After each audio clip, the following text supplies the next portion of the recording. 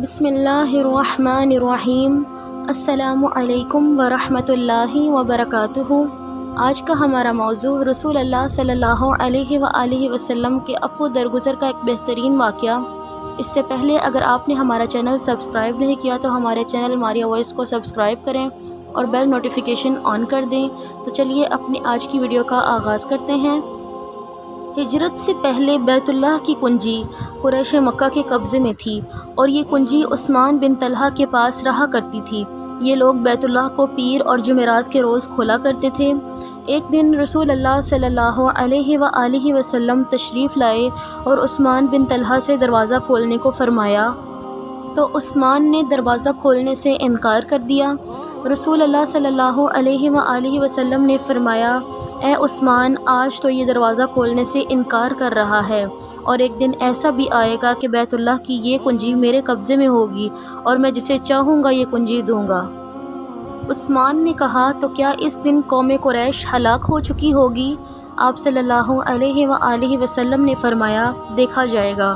پھر ہجرت کے بعد جب مکہ فتح ہوا تو رسول اللہ صلی اللہ علیہ وآلہ وسلم صحابہ اکرام کے قدوسی لشکر سمیت مکہ مکرمہ میں فاتحانہ داخل ہوئے تو سب سے پہلے کعبہ شریف میں تشریف لائے اور اسی قلید و بردار عثمان سے کہا، لاؤ وہ کنجی میرے حوالے کر دو۔ نہ چاہ کر بھی عثمان کو وہ کنجی دینی پڑی۔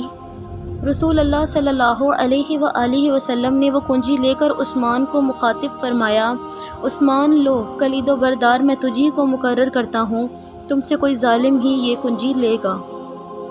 عثمان نے دوبارہ کنجی لی تو رسول اللہ صلی اللہ علیہ وآلہ وسلم نے فرمایا، عثمان، وہ دن یاد ہے جب میں نے تم سے کنجی طلب کی تھی اور تم نے دینے سے انکار کر دیا اور دروازہ نہیں کھولا تھا، اور میں نے کہا تھا کہ ایک دن ایسا بھی آئے گا کہ یہ کنجی میرے قبضہ میں ہوگی اور میں جسے چاہوں گا دوں گا۔ عثمان نے کہا، ہاں رسول اللہ صلی اللہ علیہ وآلہ وسلم، مجھے یاد ہے اور میں گواہی دیتا ہوں کہ آپ اللہ کے سچے رسول ہیں۔ دعا ہے کہ اللہ رب العزت ہمیں ہمارے پیارے نبی حضرت محمد صلی اللہ علیہ وآلہ وسلم کے طریقہ مبارک پر چلنے کی توفیق عطا فرمائے۔ ویڈیو اچھی لگے تو لائک، شیئر اور سبسکرائب کر دیجیے گا۔ اللہ حافظ۔